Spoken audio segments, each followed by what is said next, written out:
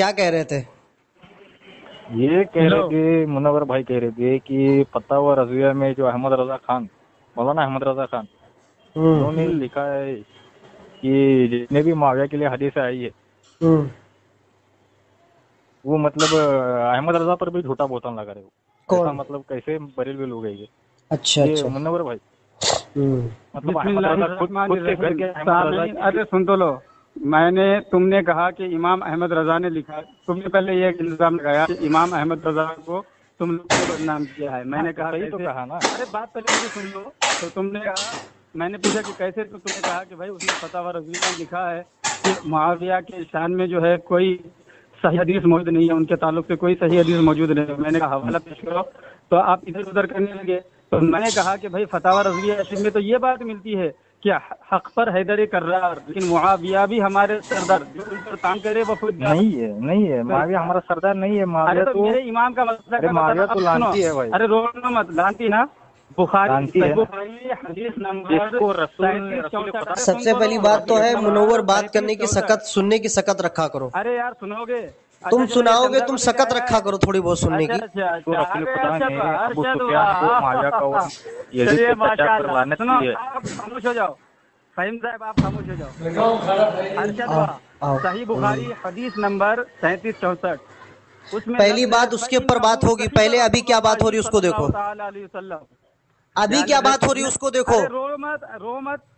ابھی کیا بات ہو رہی جو تم کو اس مقصد کے لے کے آیا گیا اس کے اوپر بات کرو. پہلے انہوں نے کہا کہ وہ لعنت کی ہے.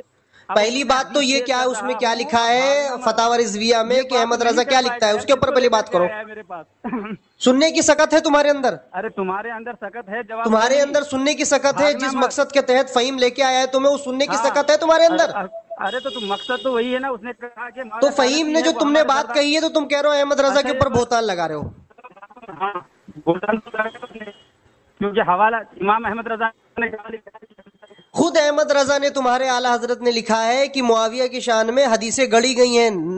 نواسبوں نے معاویہ کی شان میں حدیثیں گڑ دی ہیں. ارے بھائی ارشد بھائی، یہ خود اپنے گھر کے احمد رضا. ارے سامعین و ناظرین کو چھوڑو. سامعین ناظرین تم کو نہیں سنتے، تم جیسے جاہلوں کو. ان کے سامنے خلاصہ ہو گیا بھائی منور. ارے سننے کی سکت رکھو یار، اس سے کو سننے کی سکت رکھے ذرا سے. سن لے ذرا سے. بات کرو گے ارشد بھا، مجھ سے بات کرو گے تو تجھ سے تو بات کر رہے ہیں، تجھ سے ہی تو بات کر رہے ہیں. پیش کرو. چلو ٹھیک، تمہارا ماخذ کیا ہے؟ اور پہلی بات تو ماخذ سے بھی پہلے جو بات ہو رہی تو اس کے اوپر بات کرو. پہلے صدیق اکبر کے فضیل افضلیت پر بات کرو گے. صدیق اکبر، ہاں صدیق اکبر کے افضلیت یعنی صدیق اکبر خود مولانا. صدیق اکبر کہاں لکھا ہے؟ ایک منٹ رک جاؤ. صدیق اکبر کہاں لکھا ہے حدیث میں؟ ارے وہ تو ہے، وہ ہو تمہارے کہنے سے ہوئے کیا؟ صدیق اکبر حدیث سے دکھاؤ. ابو بکر کو صدیق اکبر حدیث سے دکھاؤ. بھاگنا مت تو، بھاگنا مت تو، بھاگنا مت مکر. تو ابو بکر کو صدیق اکبر حدیث سے دکھا. چل حدیث کھول جلدی سے. صدیق اکبر نبی کی زبان اقدس سے دکھا کہ ابو بکر کو صدیق اکبر کہا ہے. دیکھو بھاگ رہا ہے، یہ بھاگ رہا ہے، جواب نہیں دے رہا ہے یہ مکار.